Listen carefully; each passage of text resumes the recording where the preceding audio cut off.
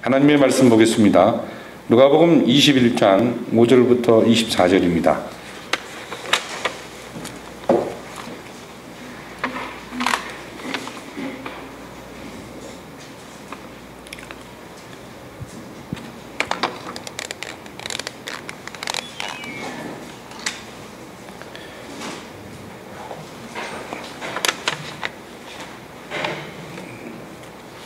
다 같이 봉독하겠습니다. 한 목소리로 봉독하겠습니다. 어떤 사람들이 성전을 가리켜 그 아름다운 돌과 헌물로 꾸민 것을 말하며 예수께서 이르시되 너희 보는 이것들이 날이 이르면 돌 하나도 돌 위에 남지 않고 다 무너뜨려지리라. 그들이 물어 이르되 선생님이여 그러면 어느 때 이런 일이 있겠사오며 이런 일이 일어나려 할 때에 무슨 징조가 있사오리이까? 이르시되 미혹을 받지 않도록 주의하라. 많은 사람이 내 이름으로 와서 이르되 내가 그러하며 때가 가까이 왔다 하겠으나 그들을 따르지 말라. 난리와 소요의 소문을 들을 때 두려워하지 말라. 이 일이 먼저 있어야 하되 끝은 곧 되지 아니하니라.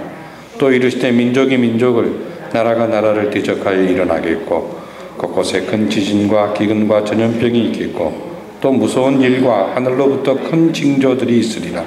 이 모든 일 전에 내 이름으로 말미암아 너희에게 손을 대어 박해하며 회당과 옥에 넘겨주어 임금들과 집권자들 앞에 끌어가려니와 이 일이 도리어 너희에게 증거가 되리라. 그러므로 너희는 변명할 것을 미리 궁리하지 않도록 명심하라. 내가 너희 모든 대적이 능히 대항하거나 변박할 수 없는 구변과 지혜를 너희에게 주리라. 심지어 부모와 형제와 친척과 벗이 너희를 넘겨주어 너희 중에 몇을 죽게 하겠고 또 너희가 내 이름으로 말미암아 모든 사람에게 미움을 받을 것이나 너희 머리털 하나도 상하지 아니하리라. 너희의 인내로 너희 영혼을 얻으리라. 너희가 예루살렘이 군대들에게 에워싸이는 것을 보거든 그 멸망이 가까운 줄을 알라. 그때 유대에 있는 자들은 산으로 도망할 것이며 성내에 있는 자들은 나갈 것이며 촌에 있는 자들은 그리로 들어가지 말지어다. 기록된 모든 것을 이루는 징벌의 날이니라. 그 날에는 나이벤 자들과 젖먹이 자들에게 화가 있으리니 이는 땅에 큰 환난과 이 백성에게 진노가 있겠음이로다. 그들이 칼날의 죽임을 당하며 모든 이방에 사로잡혀 가겠고 예루살렘은 이방인의 때가 차기까지 이방인들에게 밟히리라. 아멘. 413장 1절과 2절과 그리고 4절을 부르겠습니다.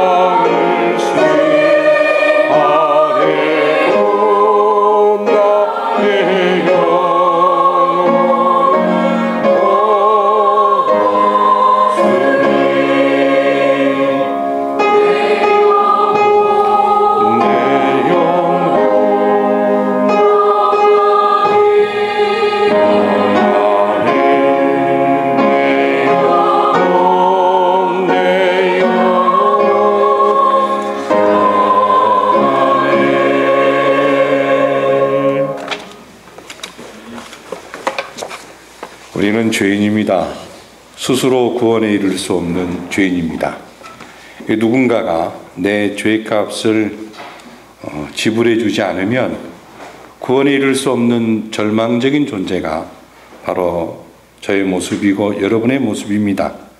우리 인간의 비극은요, 우리 죄값을 우리 인간들에게서 찾을 수 없다는 데 있습니다. 죄 없는 인간이 죄인을 위해 죄의 값을 지불해야 하는데 세상에는 죄 없는 인간이 하나도 없습니다. 이유는 모든 사람이 죄인이기 때문에 그렇습니다. 이렇게 스스로 구원에 이를 수 없는 이 절망적인 존재인 이 죄인들을 구원하시기 위해 하나님이 인간이 되셨습니다. 그리고 죄가 하나도 없으신 하나님의 아들 예수 그리스도께서 저와 여러분을 대신하여 죄를 지시고 십자가에서 죽으셨습니다. 이 구원의 사건을 위하여 저와 여러분들, 우리 죄인들이 아무것도 한 일이 없습니다. 하나님께서 구원을 계획하시고 구원을 이루셨습니다. 단지 우리는 이 구원의 놀라운 사건을 받기만 하면 됩니다.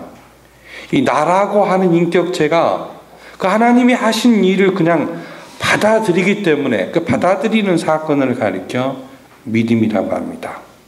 그래서 구원은 하나님의 은혜고 오직 믿음입니다. 이 구원의 은총을 경험한 사람들은 아주 매우 특별하고 독특한 사람들입니다. 우리가 지난주 21장 1절에서 4절의 말씀을 통해 여기에 등장하는 이 미망인의 이 신앙의 모습을 통해서 하나님의 신비하고 놀라운 구원 경륜을 경험한 사람들이 어떻게 믿음으로 살아야 할 것인가에 대해 함께 나눴습니다. 웅장하고 아름다운 성전에서 한 미망인이 2렙돈의 헌금을 드리는 장면은 참으로 기가 막힌 상황에서 하나님을 전적으로 의지하는 믿음의 모습이었습니다. 어떤 상황에서도 오직 하나님만 절대 의지하겠다는 이 여인의 모습, 이것이 오직 은혜로 구원받았음을 아는 이 사람들이 이 세상에서 살아가야 될 믿음의 모습이다 하는 것을 저는 지난주 여러분과 함께 나눴습니다. 오직 하나님의 은혜를 사모하며 이 미망인이 봉헌하는 장소, 이곳이 지금 예루살렘 성전입니다. 본문에 나타나는 예루살렘 성전은 헤롯 때에 재건축한 성전입니다. 성경에 성전이 3개가 등장해요. 가장 오래된 성전은 솔로몬 성전입니다. 근데 이 솔로몬 성전이 바벨론이 예루살렘을 침공할 때 완전히 파괴됐습니다.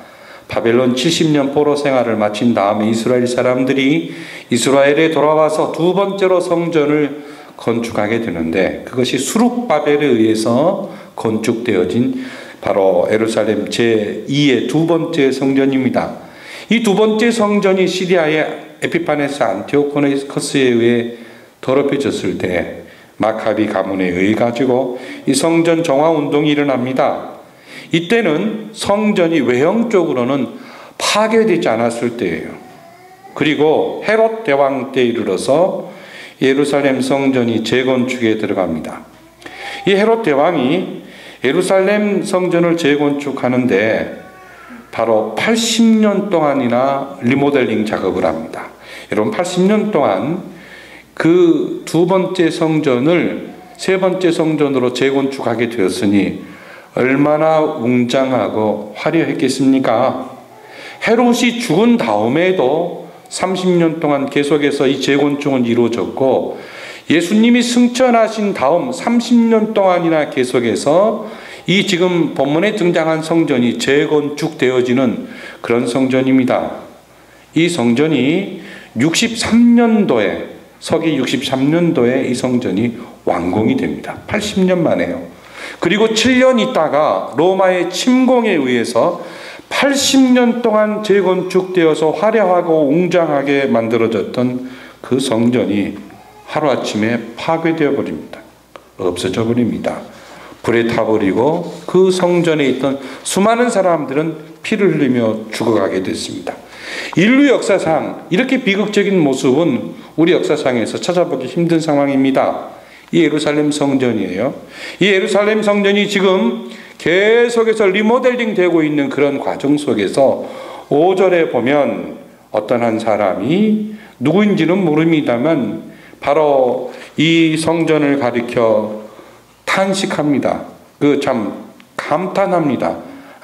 감탄하는 장면이 등장합니다. 그것이 본문에 보게 되면 아름다운 돌과 헌물로 꾸며져 있는 것을 보면서 말했다 이렇게 되어 있습니다만, 이 화려하고 웅장한 예루살렘 성전을 보고 감탄하고 예수님께 말하는 장면입니다. 이 헤롯 대왕이 재건축했던 예루살렘 성전은요, 한때 세계 7대 불가사의 가운데 하나였습니다. 성전이요, 예루살렘의 가장 높은 곳에 위치해 있었습니다. 그리고 그 예루살렘 성전으로 오르는 계단은 동서남북으로 해서 계단이 이렇게 사방으로 있는데, 바로 이 건물에 도달하게 되면 건물 외벽이요, 하얀색 대리석으로 되어 있었습니다.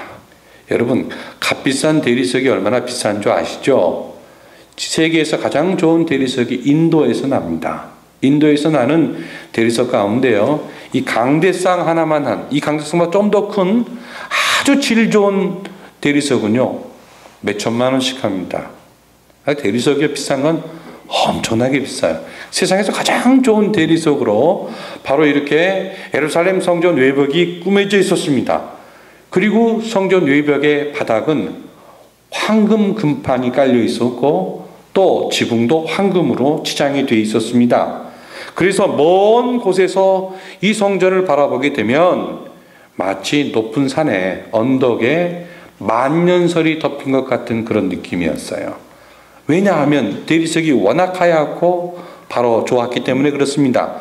그리고 거기에 황금이 수없이 많이 붙어 있으니 해가 내리쬐게 되면 그 빛이 반짝반짝 빛나서 신비로움과 경이로움을 더했던 그런 장소입니다.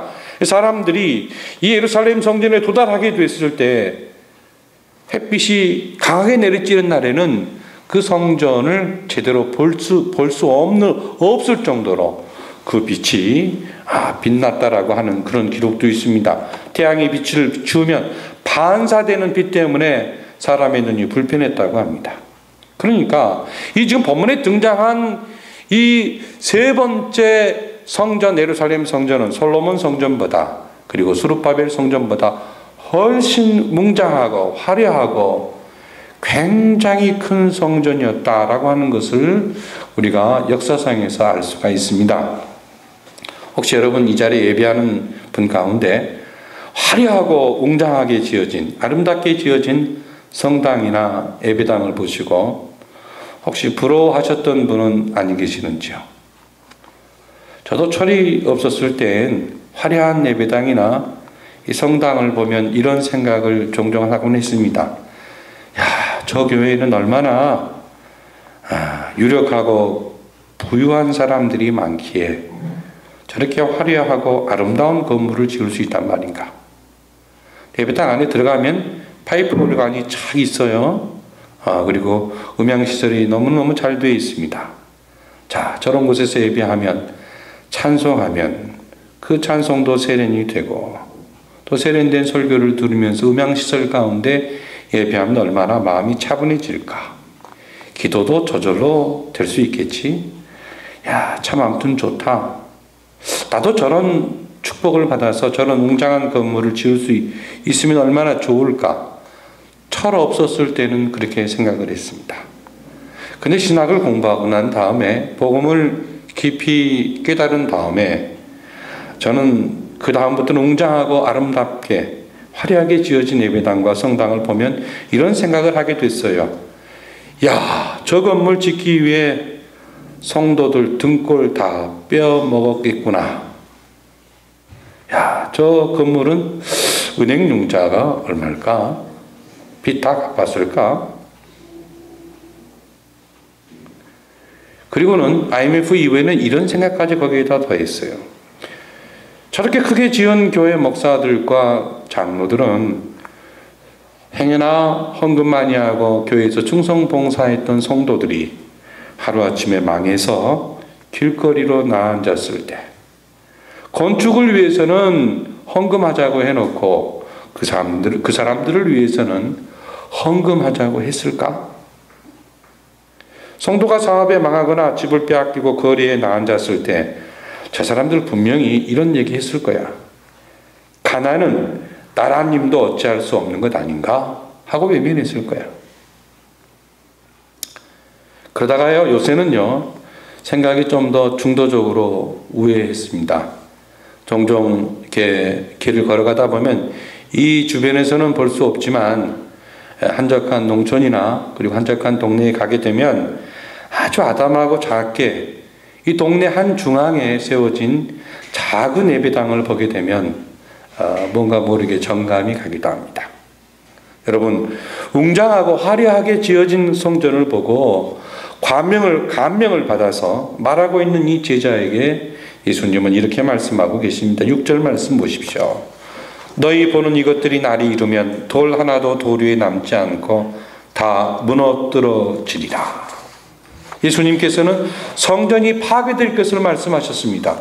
그리고 또한 20절 이하에 보게 되면 예루살렘이 멸망당할 것도 말씀하셨습니다. 오늘 설교의 제목이 바로 성전 파괴와 예루살렘 멸망이라고 하는 제목입니다. 예수님의 이 예언, 성전 파괴와 예루살렘 멸망은 역사에서 이루어졌습니다. 로마 황제 베스파니아의 아들 티투스에 의해서 이 말씀이 성취되었습니다. 서기 69년에서 79년 사이에 로마가 예루살렘을 정복하고 함락시키는 일이 발생합니다. 그 이유는 유대가 로마의 반기를 들고 독립운동을 했기 때문에 그렇습니다. 이때 예루살렘에 집중되어 있던 100만 명 이상의 유대인들이 전멸되는 비극이 연출됩니다. 여러분, 고대 사회에서요, 100만 명의 사람이 단기간의 전쟁에 죽는 것은 인류 역사상 단 한 차례도 없었습니다. 이 얼마나 비극적인 일인지 모릅니다. 그 먼 옛날 바벨론에 의해 불타버렸던 예루살렘 성전이 이제는 다시 로마에 의해서 재건될 수 없을 정도로 완전히 불타 파괴되어 버렸습니다. 여러분, 어떻게 하나님께 제사 드리는 성전이 불타버리고 파괴되고 하나님의 백성들이 사는 예루살렘 도성이 멸망당하도록 하나님이 그대로 내버려 두셨을까요? 그 이유가 무엇입니까? 왜 예루살렘 성전이 없어지도록 하나님은 그렇게 하셔야만 했을까요? 그리고 또한 이스라엘 백성들이 그렇게 다 한꺼번에 100만 명이 죽도록 놔두셨을까요?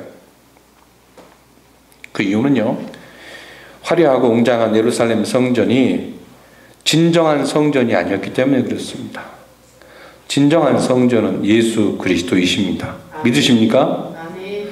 진정한 성전은 예수 그리스도세요. 하나님은 진정한 성전이신 예수 그리스도의 이름 위에, 예수 그리스도의 피 흘리신 그 복음의 터 위에 그리스도의 몸들이 세워지기를 원하셨습니다. 그 그리스도의 몸들은 유대인들만이 아닙니다. 이스라엘 백성들만이 아니에요. 유대인들이 그토록 조롱하고 손가락질하고 비판했던 이방인들이 포함된 그리스도의 몸이었습니다. 그것이 바로 그리스도의 피로 말미암아 세워질 하나님의 나라, 오늘 우리 교회를 의미합니다. 하나님의 나라를 의미합니다. 그리스도의 피 위에 복음 위에 세워질 성전, 그리스도의 몸, 이것은 이미 구약 성경 아브라함에게 약속되어졌던 하나님의 축복의 말씀이었습니다. 창세기 12장 3절에 보면 땅의 모든 족속이 너로 말미암아 복을 얻을 것이라고 하는 아브라함에게 하신 그 말씀이 아브라함의 육신의 씨앗으로 오신 예수 그리스도를 통해서 이 땅에 성취되는 사건이 바로 하나님 나라가 이루어지는 것이고, 그리고 그리스도의 몸이 이 땅에 세워지는 것이었습니다. 그런데 여러분, 이 비밀에 대해서 제자는 잘 알지 못하고 있었습니다. 제자들은 알지 못하고 있었어요. 그래서 제자들이요, 아주 뜬금없는 벙짱 두드리는 질문을 7절에 하고 있습니다. 그들이 물어 이르되, 선생님이여, 그러면 어느 때 이런 일이 있겠사오며 이런 일이 일어나려 할 때 무슨 징조가 있겠습니까?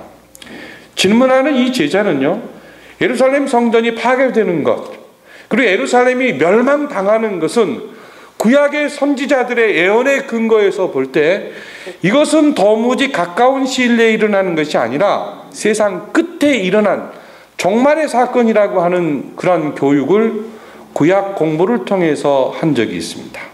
제자들은 성전이 파괴되고 예루살렘이 멸망된다는 것은 세상 끝날에나 일어날 것으로 구약을 통해서 알고 있는데, 그러면 선생님, 이런 일이 있게 되면 세상 끝 아닙니까? 그럼 이 세상 끝이 오기 전에 일어날 징조가 무엇입니까? 다시 말하면 예루살렘 성전이 파괴되기 전에, 예루살렘이 멸망당하기 전에 나타나게 될 징조가 무엇입니까? 이렇게 질문했어요. 여러분, 이 7절에 있는 이 질문은요, 굉장히 깊은 의미가 담긴 말씀입니다. 메시지예요. 이 제자가 지금 분명히 예수님의 말씀을 온전히 이해하고 있지는 못하지만 또 얼마간은 진리를 포함하고 있다는 것입니다. 이 제자들은 어느 한 시간, 어느 시점, 어떤 짧은 시간 속에서 예루살렘 멸망하고 성전이 파괴되고 세상이 끝이라고 하는 이런 극단적 종말관을 가지고 있었습니다. 이 제자들은 예수님의 승천과 성전 파괴, 그리고 그 사이 이 재림, 그것과 재림 사이에 있을 아주 기나긴 시간, 이 기나긴 시간이 종말이라고 하는 점에 대한 이해가 아직은 부족했습니다. 예수님 승천과 재림 사이에서 나타나게 될 현상에 대한 여러 가지를 이 제자들은 잘 알지 못했던 것이죠. 제자들이 우리처럼 이해하지 못한 부분, 그것은 분명히 성전 파괴 이후에 예수님이 재림하신다라고 하는 이 비밀을 알지 못했다는 겁니다. 성전 파괴와 함께 메시아의 도래, 세상의 끝, 이것으로만 이해하고 있었던 거죠. 예수님은 제자들이 성전이 파괴되더라도 종말의 끝은 아니라는 점을 알게 되기를 원하시고, 이 성전 파괴는 종말의 끝에 나타나게 될 현상들을 그림자로 보여주는 것이고, 또 예루살렘 멸망도 종말의 끝에 나타날 그 현상을 그림자로 보여주는 것이다 하면서 제자들을 교육하고 있습니다. 8절부터 24절에 있는 이 말씀이 그 내용입니다. 쉽게 말하면 성전 파괴와 예수님의 재림 사이에는 미혹하는 일과 여러 가지 환란이 있다라고 하는 것을 주님이 말씀하고 있습니다. 즉 성전 파괴와 예루살렘 멸망, 그리고 재림을 향한 그 중간에는 여러 가지 환란과 여러 가지 사건들이 거기에 일어나게 되는데, 그것이 단회적이 아니라 반복적으로 일어난다는 겁니다. 반복적으로요. 그래서 이 지금 그 사건들, 그리고 어떤 사람들에 의해서 반복적으로 일어나는 이 일들을 인하여 미혹하는, 사람들에게 사기치고 유혹해서 자기들의 어떤 인간적 이익과 목적을 성취하려고 하는 사이비들이 이 땅에 많이 등장하게 될 것을 우리 주님은 경고하고 있습니다. 8절 말씀 보십시오. 사이비들이 나타나서 하나님의 백성들의 마음을 미혹하게 하는 그런 어떤 일들이 많이 일어나게 되는데, 그 사이비들이 바로 하나님의 사람들을 미혹하는 그런 그 현상들, 미혹하게 하는 그 매개물들이 무엇인가? 그것이 8절에 보게 되면 내가 그라하며 때가 가까이 왔다, 이렇게 미혹한다는 겁니다. 그리고 두 번째로는 9절과 10절, 20절 이하에 보게 되면 난리와 소요의 소문과 전쟁과 지진과 전염병과 천재지변 등을 가지고 세상의 끝이 왔다 하면서 사람들을 미혹한다는 거예요. 그리고 세 번째는 12절 이하의 말씀에 등장한 대로 믿음으로 사는 사람들, 저와 여러분들, 예수를 믿는 사람들이 예수님 때문에 어려움을 당하는, 이것이 또한 종말의 어떤 형태로 등장한다는 것입니다. 자, 여러분, 이 세 가지의 형태가 바로 성전 파괴 이후에 예수님 재림하실 때까지 반복적으로 이 세상에서 나타나게 될 일들인데, 먼저 첫 번째 보십시다. 많은 사람들이 와서 이르되 내가 그라하며 때가 가까이 왔다. 내가 그라하며 이게 무슨 말입니까? 내가 재림 예수다라고 하는 것을 증거한다는 겁니다. 예수님이 승천하신 이후에 예수님이 바로 예언했던 대로 성전이 파괴된 바로 이후에도 그렇고 성전이 파괴되기 이전에도 그렇고 이런 일이 있다는 겁니다. 자, 예루살렘 성전이 파괴되기 이전에 많은 그리스도인들은 하늘로 승천하신 예수님이 곧 재림하실 것으로 믿었습니다. 그렇죠? 그리고 수많은 사람들은 다시 재림하실 그 예수님을 학수고대하며 성결한 삶을 살았습니다. 그때 등장한 것이 재림 예수입니다. 그 사건에 대해서 사도행전 5장에 그 내용들이 등장하고 있는 것을 볼 수가 있습니다. 요즘에도요, 자칭 예수라고 하는 사람들이 전 세계에 많이 등장하고 있습니다. 여러분, 우리가 꼭 기억해야 될 것은 제가 모르는 재림 예수는 있을 수 없다는 것이고, 여기 앉아있는 여러분 모두가 모르는 재림 예수는 있을 수 없다는 거예요. 모든 그리스도인들이 한꺼번에 다 알 수 있도록 예수님이 재림한다고 하는 사실을 결코 우리가 잊지 말아야 됩니다. 중요한 것은 갑자기 임하신다고 하는 그 부분이 우리의 영혼을 경각심을 일으키고 있다는 것도 함께 기억하셔야 됩니다. 우리가 지금 영적인 대혼란기에 살고 있습니다. 여러분, 사람을 볼 때 뭘 보고 평가하십니까? 겉만 보고 평가하고 그 속은 보지 못하기 때문에 미혹받기 쉬운 겁니다. 겉만 보고 그 사람 믿음 좋다, 깨끗하다 평가해요. 그러니까 그 사람들에게 미혹됩니다. 우리 눈에 아무리 영적인 사람인 것처럼 보여줘도 성경적이지 않으면 진짜가 아닙니다.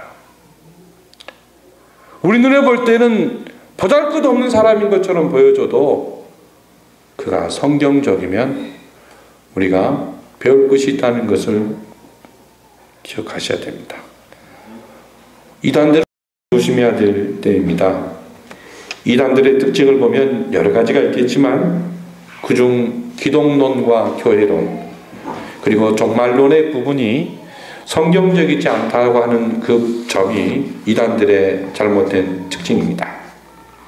여러분, 이 예수님이 재림하실 때까지 이 땅에 등장하게 될 여러 가지 특징 가운데 본문에 보게 되면 전쟁이 등장하죠. 어떤 사람은 큰 전쟁이 일어나게 됐을 때 세상이 끝이 왔다 하면서 사람들을 미혹합니다. 하지만 그 어떤 전쟁을 가지고 세상 종말의 끝이 왔다고 사람들을 속여서는 아니 된다고 예수님이 말씀하고 있습니다. 잘 생각해 보십시오. 예수님 당시에도 전쟁이 있었습니다. 예수님이 승천하신 이후에 가장 참혹한 전쟁이 바로 본문 20절 이하에 있는 예루살렘이 멸망할 당시의 전쟁 아닙니까? 서론에서도 말씀드렸지만 100만 명 이상의 유대인들이 죽었습니다. 2차 세계대전 때 600만 명의 유대인이 죽었습니다. 지나간 300년 동안 300번 이상의 전쟁이 유럽에서 있었답니다. 지금도 전쟁이 진행 중입니다. 만약 한반도에 전쟁이 일어난다고 하면 60년 전과는 전혀 다른 양상입니다. 워게임에 의하면 약 3분 안에 비무장지대를 두고 있는 남한군과 북한군이 완전 초토화됩니다. 그런 시뮬레이션이 실제로 존재합니다. 지진만 해도 그래요. 로마의 화려했던 도시 폼페이가 지진과 화산폭발로 멸망했던 시기가 지금부터 1933년 전의 일입니다. 작년에요, 미국 지질조사소에서 발표한 규모 5.0 이상의 세계 지진이요, 총 2376회입니다. 연평균 1601회보다 훨씬 더 많이 현재 발생하고 있습니다. 지진의 빈도수가 높아져 가고 있습니다. 언제 우리 한국 땅에도 지진이 크게 일어날지 모릅니다. 고층 아파트에 사는 사람들 좋아할 일이 결코 아닙니다. 지금 이 순간에도 지구촌 곳곳에서는 기근으로 사람이 죽어가고 있습니다. 국제기아대책기구의 보고에 의하면 1분에 20명, 그 중에 18명이 어린이인데 굶어 죽는다고 합니다. 1시간에 1,400명입니다. 하루에 35,000명입니다. 1년에 1,300만 명이 굶어 죽는다고 하는 통계가 나와 있습니다. 지난주에 미국에서는 허리케인 샌지의 영향으로 수십 년 만에 뉴욕 맨하튼 거리가 정전이 되고 아수라장이 됐습니다. 그리고 잠시 후면 또 다른 허리케인이 미국을 강타할 것입니다. 의학계를 보십시오. 줄기세포의 발견과 이를 통한 응용으로 인간의 수명이 연장될 길이 열렸지만 또 언제 우리가 알 수 없는 이름 모를 바이러스가 출현해서 전염병이 돌지 모르는 현실입니다. 자, 반복되어지는 어려움이에요. 이것이 예수님 재림 때까지 지상에서 나타나게 될 현상입니다. 그리고 또 한 가지는요. 예수를 믿으면 복 받는다라고 하는 사기치는 사람들로부터 여러분들이 자유하셔야 됩니다. 예수를 믿으면 이 땅에서 잘 먹고 잘 살게 된다라고 하는 것은 사기예요. 보편적으로 그건 절대 맞는 말이 아닙니다. 본문의 말씀을 보게 되면 자, 12절 말씀 보십시오. 12절 말씀 보시면 이 모든 일 전에 내 이름으로 말미암아 너희에게 손을 대어 박해하며 회당과 옥에 넘겨주며 임금들과 집권자들 앞에 끌려가려니와. 물론 제가 이렇게 강하게 표현했다고 해서 그러면 복받은 사람 무엇이냐? 물론 그런 분도 많이 계셔요. 없다는 건 결코 아닙니다. 예수 믿고 복 받는다고 하는 것은 분명한 진리입니다. 하지만 예수 믿고 부자 된다라고만 가르치면 그건 사기 아니겠습니까? 예수 믿어도 병들어 죽는 사람이 있고 예수 믿어도 가난하게 사는 사람이 있고 예수 믿어도 고난받는 사람들이 있어요. 실제적으로 초대교회 성도들이 그랬습니다. 제가요 요즘 와서 곰곰이 생각하면 생각할수록 이런 생각이 제 마음을 더 강하게 사로잡습니다. 예수님 따라가는 정상적인 복음의 수송자라고 한다면 여러분 예수 믿고 복 받으십시오라고 하는 말을 남발할 수는 없을 것 같아요. 예수를 믿으면 그리스도의 고난에 동참하는 겁니다. 조금만 힘들면 도망가 버리는 비겁한 성도가 되는 것이 아니라 그리스도 때문에 고난과 환난에 동참할 수 있는 그것이 진짜 신앙이 아니겠습니까? 초대교회 성도들을 보십시오. 예수님 때문에 옥에 갇히기도 했고 예수님 때문에 망하기도 했고 매맞기도 했고 또 억울한 재판을 받기도 했습니다.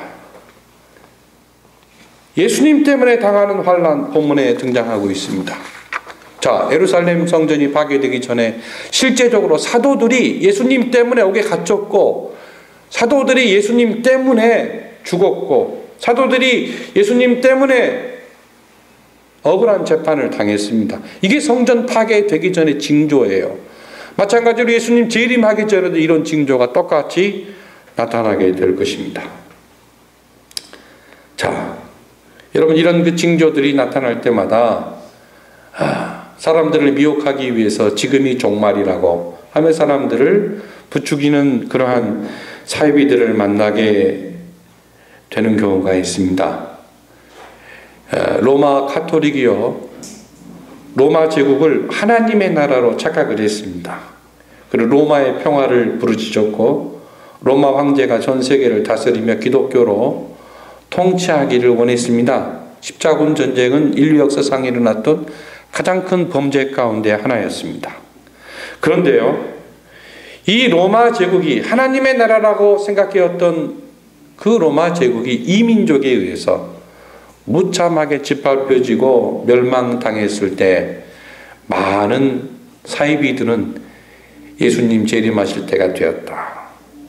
그렇게 부르짖었습니다.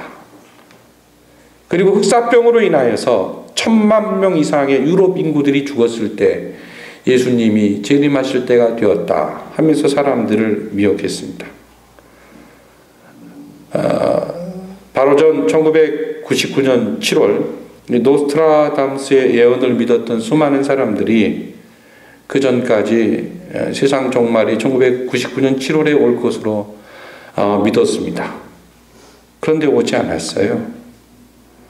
지금 최근 우리나라와 미국에 불고 있는 이상한 조류가 하나 있는데 환난과 어려운 재난 때문에 예수님이 재림할 것이라고 하면서 사람들을 미혹하는 사람들이 또다시 고개를 들고 나타나기 시작했습니다. 사람들이 왜 이런 사람들에게 계속해서 속고 있는지요? 그건요, 성경을 읽지 않기 때문에 그렇습니다. 성경을 정상적으로 정독만 해도 결코 속지 않습니다.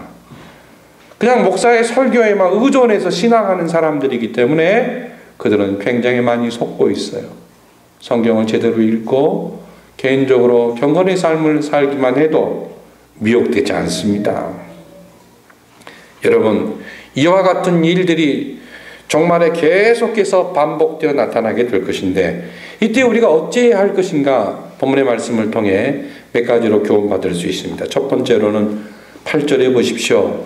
미혹을 받지 않도록 무엇하라? 무엇하라? 큰 소리로 무엇하라? 주의하라.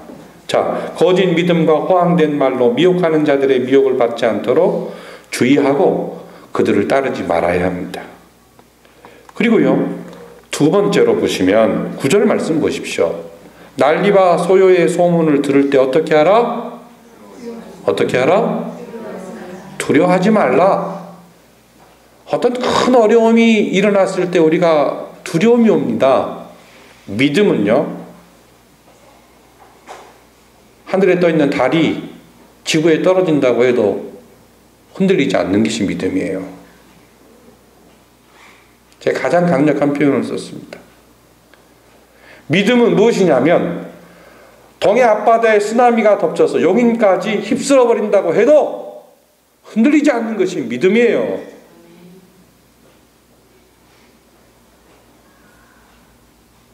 안 그래요?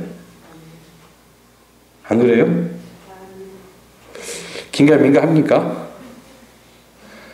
백두산 화산이 폭발해서 오늘 우리 호흡기 질환을 일으킨다고 할지라도 그런가 보다 하는 거예요. 믿습니까? 아멘. 왜 아멘 안 해요? 못 믿어지는 거죠? 두려움의 종이니까. 세상에 어떤 일이 있다 할지라도 두려워하지 말라는 거예요. 두려워하지 말라. 그리고 심지어 내가 앞으로 이런 어려운 일이 당할 것인데, 내가 예수님 때문에 이런 어려운 일을 당할 때 내가 어떻게 해야 될 것인가, 구차한 변명과 대비책을 준비하지 말라 이 말이에요. 그때 가면 하나님이 지혜를 주시고 피할 방법을 주신다. 아주 신비한 말씀을 하고 있습니다. 얼마나 위대하고 놀라운 비밀의 말씀이 본문에 담겨 있는지 모릅니다. 믿음 없는 사람들은 그렇게 되면 어찌할까 하고 계산하고 생각하고 그때 가서 할 일을 지금부터 염려하고 걱정하면서 사단의 종 노릇되잖아요. 믿음으로 사는 사람들 그때 가서 하나님이 예비하신 지혜를 구하라 이 말이에요.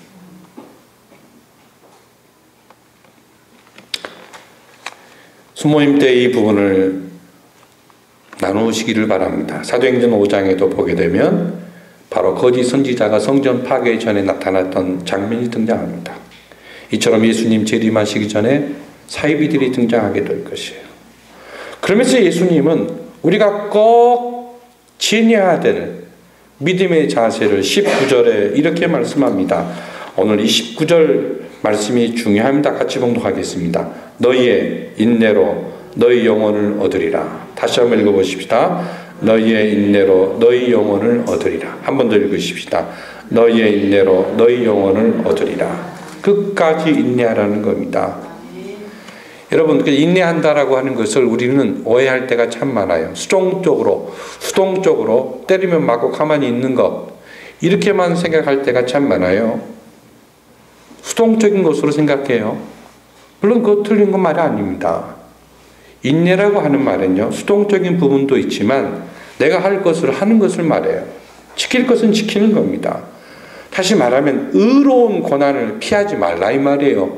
비겁하게 그 어려운 난제를 피해서 도망가지 말라 이 말이에요. 어려운 난제가 있으면 그것을 부딪혀서 해결하라 이 말이에요. 이것이 믿음으로 사는 거예요.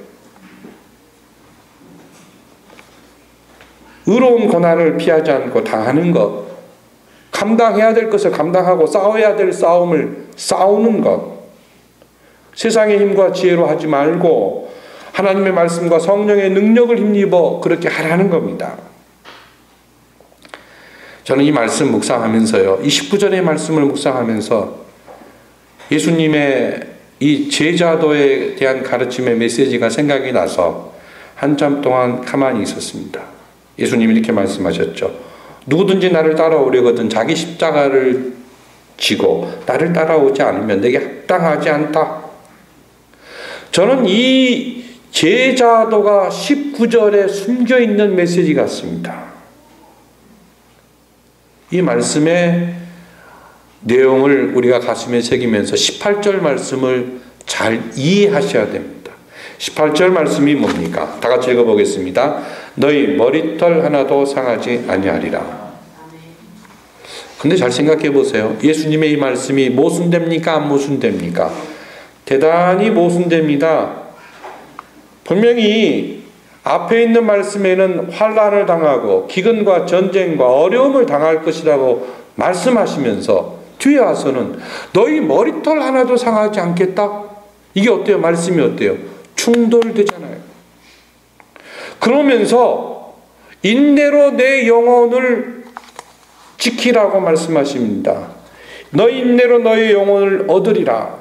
너희가 인내하면 구원을 받을 것이다. 신비한 말씀을 하고 있단 말씀입니다. 자, 우리가요 성경을 읽을 때 한 구절만 딱 끄집어내서 자기 좋을 대로 해석하면 큰일 납니다. 앞에 부분은 환난을 당한다고 했는데 뒤에 부분은 머리털 하나도 상하지 않겠다고 하신 이 모순된 말씀의 의미가 도대체 뭘까요? 이 해답은 마태복음 10장 29절 이하에서 해답을 찾아야 됩니다. 누가복음의 저자인 누가는 우리가 이 궁금증을 갖고 있는데 왜 예수님은 앞에서는 환난을 당한다고 하셨고 왜 뒤에서는 머리털 하나도 상하지 않겠다고 하신 이 부분 모순된 말씀을 하시는가? 여기에 대한 궁금증은 해답을 주고 있잖아요. 그 해답은요 마태복음 10장 29절의 이하에 있습니다. 거기에 보게 되면 예수님이 참 재밌는 말씀하십니다. 참새 2마리가 한 아사리온에 팔리지 아니하냐?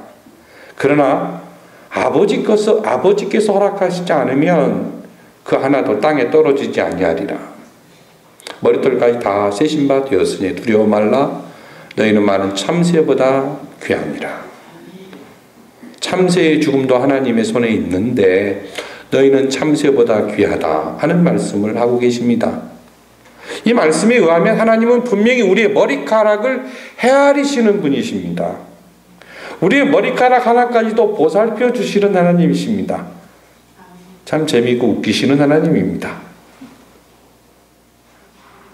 하나님이 들으시고 저한테 뭐라고 감정을 표현하실지 몰라도 머리카락 하나까지도 헤아리신다, 지키신다. 머리카락은 내가 다 알아서 지키면 좋잖아요. 내가 모발 관리를 하고 내가 알아서 하면 좋은데 하나님 이것까지 다 하신다. 우리가요 아침 저녁으로 그 자주 빠지는 머리카락을 종종 경험합니다. 조금 전에 예배 전에 김상영 집사님이 저보고 제가 머리를 빗는 모습을 보고 목사님 머리가 하얘졌어요. 그래서 나 머리 안 하얘. 이쪽만 하얗지 전체적으로 까맣잖아. 그랬더니 무슨 소리냐고 전체적으로 하얗다고 그래서 아니야 이쪽만 브릿지했고 이쪽은 다 검잖아. 그랬더니 전체적으로 하얗다는 그래서 그래? 제가 제 자신을 잘 모르죠. 근데 어느 날 참 집에 있다가 거실 한쪽 구석에 모아져 있는 머리카락 뭉탱이를 볼 때가 있어요. 그럼 그것을 다가 면사포로 이렇게 딱 부직포로 해서 이렇게 담잖아요. 그거 주워 담을 때 그 머리카락이 내 머리에서 빠진 머리카락입니다. 그런데 그 내 머리에서 빠진 머리카락도 하나님이 허락하셔야 빠진다고 하는 이 말씀이 너무 신기하고 놀랍고 너무 좀 때로는 허황되게 보여지는 모습이 있기는 합니다만 이 도대체 뭘 의미할까요? 참새의 생명도 하나님이 주관하신다. 마찬가지로 우리 인간의 모든 것을 하나님이 주관하신다라고 하는 하나님의 절대 주권을 표현하는 굉장히 강한 어법이라고 생각이 됩니다. 자, 생각해 보십시오. 머리카락 하나가 상해졌어요. 그것도 무엇 때문에 이루어진 겁니까? 하나님의 계획 때문에 이루어졌다는 것이죠. 또 머리카락 하나가 빠진 것 하나님의 목적 때문에 이루어진 것이에요. 시커먼 머리카락이 어느 날 하얗게 변한 것도 하나님의 계획 가운데 이루어지는 것이에요. 다시 말하면 우리 몸의 일부에 어떤 변화가 일어나는 것, 하나님의 다스리심을 인하여 일어나는 현상이라 이 말이에요. 자, 그러므로 검정머리가 흰머리로 변하고 머리가 빠지고 우리 몸이 세워지는 이 모든 것들은 나를 다스리시는 하나님의 어떤 계획과 목적 가운데 이것이 이루어집니다. 그렇다고 보면 환난과 고통을 당해서 우리가 어려움을 당하든지 때로는 억울한 일을 당하든지 때로는 순교하는 죽음을 당한다 할지라도 그 속에는 무엇이 있다? 하나님의 비밀한 계획이 있다. 하나님은 이것을 통해서 어떤 목적을 이루기를 원하신다 하는 믿음이 있다면 어떻게 한다는 겁니까? 인내할 수 있다 이 말이에요. 주님은 지금 그것을 말씀하고 있어요. 너무 신비하고 놀라운 말씀이에요. 사도 바울은 그래서 로마서 8장 25절에 만일 우리가 보지 못하는 것을 바라면 참음으로 기다리라 이렇게 하나님의 가족들에게 인내를 강조하고 있습니다. 자, 오늘 우리의 시대는 예수님 승천 이후와 동일하게 자칭 재림의 수가 존재합니다. 오늘 우리 시대는 폼페이의 멸망을 가져왔던 지진의 위험과 예루살렘 멸망 시 경험하였던 기근과 고통이 세계 곳곳에서 일어나고 있습니다. 지금 우리 시대는 계속하여 전쟁의 위험 속에 있습니다. 그렇다고 이 모든 환난과 어려움을 가지고 예수님의 재림에 대하여 시기와 장소를 말하며 사기치면은 절대 안 되고 그런 사람들이 있다면 우리가 미혹당해서는 아니 됩니다. 우리에게 필요한 것은 지혜와 인내입니다. 정말 우리에게 믿음의 인내가 필요합니다. 오늘 밤 하나님은 저를 부르실 수도 있고 여러분을 부르실 수도 있습니다. 내일 예수님이 재림하실 수도 있고 오늘 예수님이 재림하실 수도 있습니다. 이번에 최영일 집사님이 천국으로 이사하셨습니다. 여러분은 최영일 집사님을 어떻게 회고하는지 모르겠습니다만 제가 만난 이후로 최 집사님을 회고하면 최 집사님 이런 분이었어요. 먼저 나쁜 점부터 말하면 첫 번째로 깐깐하신 분이었습니다. 아주 깐깐하신 분이에요. 근데 왜 깐깐하신 분이었던가 알고 보니까 그럴 수밖에 없는 인생을 사셨습니다. 폭파공작원으로 원산을 드나들며 사셨던 원산 제일 부잣집 아들이었어요. 제가 이번에요 장례식을 치르면서 그 큰 아드님에게 들은 얘기인데 최영일 집사님이 가끔 옛날에 예수 믿기 전에 이런 말씀 하셨대요. 남쪽으로 피난 내려올 때 앞마당에 숨겨놓은 금괴 덩어리가 생각이 나서 아들한테 그랬답니다. 북한으로 가면 옛날 집에 가서 마당에 숨겨놨던 금괴를 찾아야 되겠다. 그렇게 말씀했대요.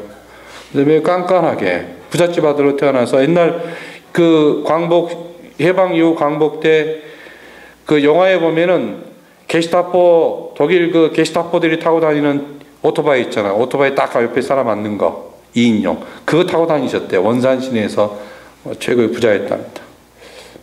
그거는 얘가 이번에 알았습니다. 근데 그런 과거가 있고 또한 고생을 하셔서 굉장히 깐깐하고 철저하셨다 하는 그런 느낌이 있었어요. 두 번째 제가 그분을 추억하면 항상 긍정적인 말만 하셨습니다. 제가 좀 이렇게 어려운 난제들이 있을 때 그분 본인 아들도 목사님이셨지만 저한테 가끔 전화를 해요. 전화를 하셔서 말 오래 하시는 게 아닙니다. 이런 말씀하세요. 목사님 다 잘 될 겁니다. 그분 흉내내는 거예요. 목사님 다 잘 될 겁니다. 이래요. 근데 그 말 들으면요, 기분이 되게 좋아요. 그리고 그분이 돌아가시기 전에는 만날 때마다 그러셨어요. 나중에는 빨리 천국 가고 싶은데, 그러면서 제가 안수로 기도를 처음 했을 때 저한테 이런 말씀, 드디어 제가 목사님께 안수를 받습니다. 감사합니다. 저한테 기도받기를 되게 좋아하셨어요. 마지막 만났을 때에도 혀끝이 목 끝으로 감겨서 이렇게 된 상태인데 뭔가 한마디 하셨는데 그것이 저는 감사합니다 하는 말로 이해를 합니다. 그래서 그 병원에서 참, 그러니까 병원의 식구들이 좋은 것만 다 본 거예요. 할아버지가 참 또 깐깐하게 하셨던 그런 모습 보지 않고 아파서 좋은 모습만 봤는데, 도우미들이 거기서 일하는 그 아주머니들이 할아버지를 뭐라고 불렀냐면 아멘 할아버지로 불렀습니다. 마지막 그 생애 가운데 그렇게 사셨습니다.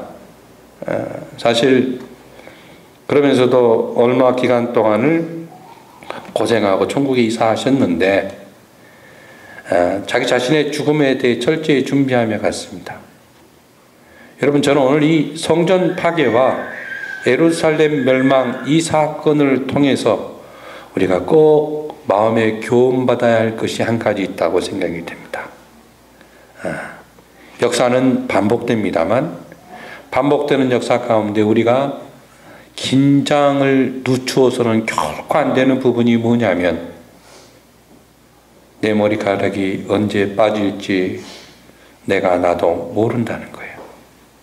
그렇죠?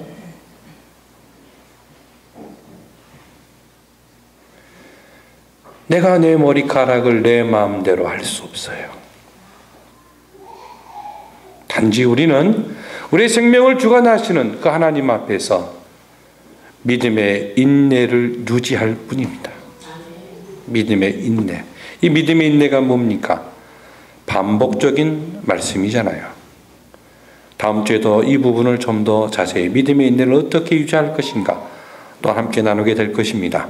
한 주간의 삶 속에서 나는 내가 내 머리카락도 스스로 어떻게 할 수 없는 연약한 존재지만 하나님은 나의 모든 것을 총동원하여 당신이 이루고자 하시는 계획과 목적을 성취해 나가시는 완전한 분이시고 우리에게 찬양과 경배를 받아야 합당한 위일한 분이라고 하는 사실을 늘 잊지 마시고 믿음으로 사시기를 예수 그리스도의 이름으로 소원합니다. 기도하겠습니다. 하나님 아버지, 우리의 머리카락을 헤아리시는 하나님, 우리의 모든 것을 주관하시는 하나님이심을 인정하고 주의 이름을 찬양합니다. 전능하신 아버지 하나님, 우리 생애 가운데 우리 역사 가운데 우리가 잘할 수 없는 일들이 벌어질 때마다 우리는 늘 하나님 앞에 겸허하게 하시고 내 생명을 주관하시는 그 하나님, 우리가 이 환난과 어려움 가운데 우리 영혼이 참으로 하나님 안에서 구원받기를 소망하며 천국을 바라보며 십자가의 정신으로 믿음으로 살게 주시옵소서. 자비로우신 하나님, 지나간 한 주간 동안 우리 교회 안에 많은 일들이 있었습니다. 특별히 우리 이명숙 권사님 남편을 천국으로 이사 보내시고 작별의 아쉬움을 하나님의 위로로 잘 견뎌나가실 수 있도록 힘을 주신 것을 감사합니다.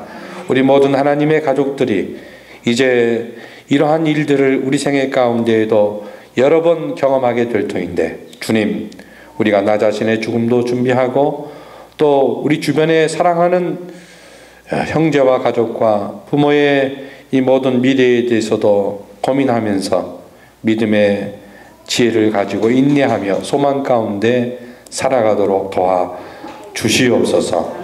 예수님의 이름으로 기도합니다. 아멘. 336장입니다. 336장 찬송을 변경합니다. 336장입니다.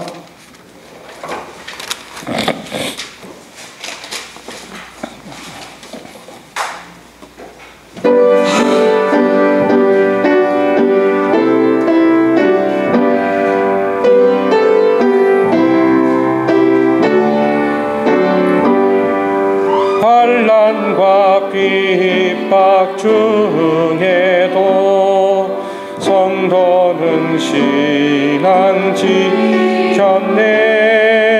이 신앙 생활 때에 기쁨이 충만하도다. 성도의 신앙 따라서 죽도록 충하겠네.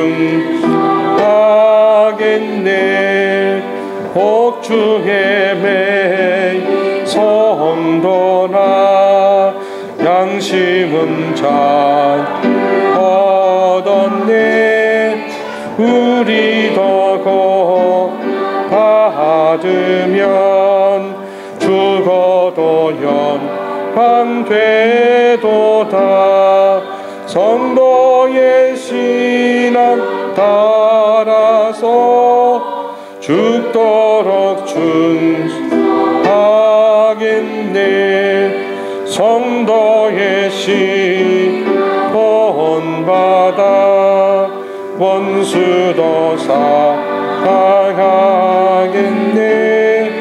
인자노 행실로 이 신앙 전하리라. 성도의 신앙 따라서 죽도록 충하겠네. 아멘. 우리의 진정한 성전이신 주 예수 그리스도의 은혜와 하나님 아버지의 무한하신 사랑과 성령님의 교통하심이 하나님의 완전한 다스리심을 인정하고 믿음의 인내를 소유하며 하나님께 영광 돌리기를 갈망하는 하나님의 가족들에게 이제부터 영원까지 항상 함께 계실지어다. 아멘.